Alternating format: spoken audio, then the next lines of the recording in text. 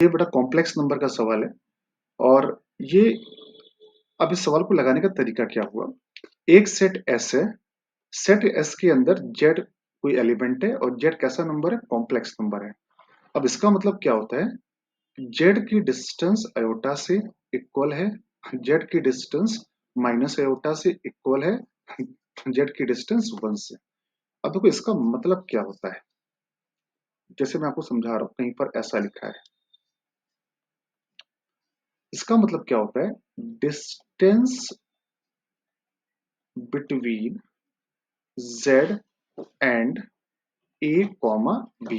इसका मतलब यहाँ पे ये होता है, तो जैसे यहाँ पे लिखा है z माइनस आई, तो इसका मतलब क्या हुआ, z zero plus iota equal to z minus zero minus iota equal to z minus 1 plus zero I.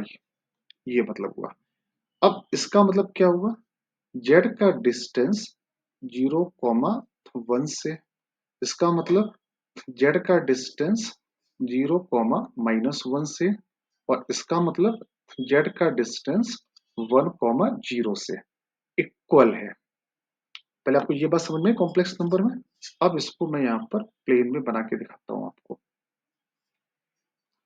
Z की डिस्टेंस 0, 1, तो 0, 1 पॉइंट यहाँ पे आएगा। जेड की डिस्टेंस 0, -1, ये पॉइंट यहाँ पे आएगा। और जेड की डिस्टेंस 1, 0 यहाँ पे आएगा। ये तीनों पॉइंट मैंने रिप्रेजेंट कर दिए। अब जेड की डिस्टेंस इन तीनों पॉइंट से क्या है, सेम है, इक्वल है। ठीक, करेक्ट। अब ये ट्रायंगल बन गया आपका A B C is a triangle. अब जेड एक पॉइंट है, उसकी डिस्टेंस ए बी सी तीनों से इक्वल है। आई होप यहां तक बात सबको समझ में आ गई होगी। अब ये 3 पॉइंट हैं, तो ये 3 पॉइंट एक ट्रायंगल फॉर्म कर रहे हैं। अब ट्रायंगल की एक प्रॉपर्टी होती है, ट्रायंगल में आप ये बात अच्छे से जानते होंगे, ट्रायंगल में एक पॉइंट होता है सरकम सेंटर। क्या होता है, सरकम सेंटर। इस सरकम सेंटर की डिस्टेंस तीनों वर्टाइसेस से इक्वल होती है। अरे होती है, सरकम सेंटर की डिस्टेंस तीनों वर्टाइसेस से ट्रायंगल की इक्वल होती है।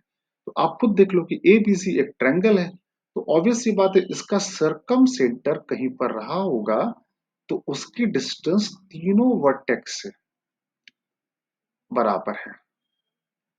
ठीक है, तो there will be a unique point, एक यूनिक पॉइंट होगा। और वो यूनिक पॉइंट कौन होगा, सरकम सेंटर, जिसकी डिस्टेंस तीनों वर्टाइसेस से क्या होगी, इक्वल होगी। ठीक है, तो इसमें पूछा गया how many solutions are there, set S का कार्डिनल नंबर पूछा है, तो सेट एस में बेटा कितने एलिमेंट आएंगे, there will be only 1 element in set S. ठीक है, सबको समझ में आ गया होगा, यहाँ पे ट्रायंगल की प्रॉपर्टी लग गई। अच्छा, इस क्वेश्चन को लगाने का एक और तरीका भी हो सकता था, आप अगर करना चाहो तो। मेथड 2 से इस क्वेश्चन को हम लोग कैसे कर सकते थे, मेथड 2 से जेड को मान लेते एक्स प्लस अयोटा वाई, ऐसे मान लेते हैं, और इसको इक्वेट कर देते हैं, इसको और इसको इक्वेट कर देते हैं, एक्स और वाई के लिए सॉल्व कर लेते हैं, तो वहां से भी आपका आंसर आ जाता है।